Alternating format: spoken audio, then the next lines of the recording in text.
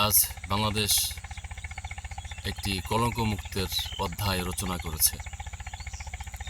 পতিত স্বৈরাচার শেখ হাসিনার দৃষ্টান্তমূলক ফাঁসির রায় কার্যকর করেছে আন্তর্জাতিক ট্রাইব্যুনাল।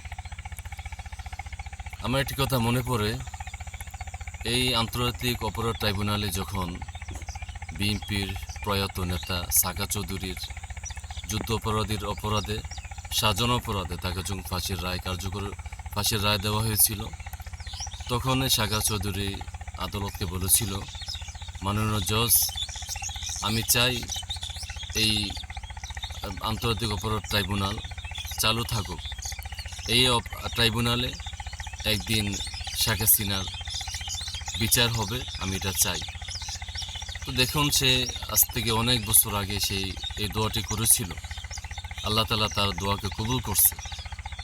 আমরা একটি হাদিস জানি, সেই বুখারীর মধ্যে আসছে, নবী সাল্লাল্লাহু আলাইহি ওয়াসাল্লাম বলেন, আল্লাহ তাআলা মজলুমের দোয়া কখনো ফেরত দেন না। তো অবশ্যই সাকা চৌধুরী একজন মজলুম ছিলেন, তিনি বিনা অপরাধে তিনি মৃত্যুদণ্ডপ্রাপ্ত হয়েছে।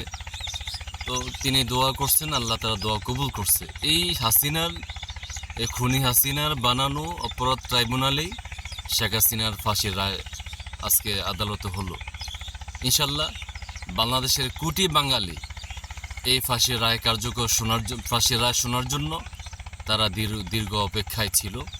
আশা করি অতি দ্রুত এই ফ্যাসিস্ট খুনি হাসিনার ফাঁসির রায় কার্যকর করে বাংলাদেশে একটি জ্বলন্ত দৃষ্টান্ত স্থাপন করবে, যাতে করে আগামী ভবিষ্যতে আর কেউ শেখ হাসিনার মতো ফ্যাসিস্ট হয়ে দাঁড়াতে না পারে, এই আমরা আশা রাখি।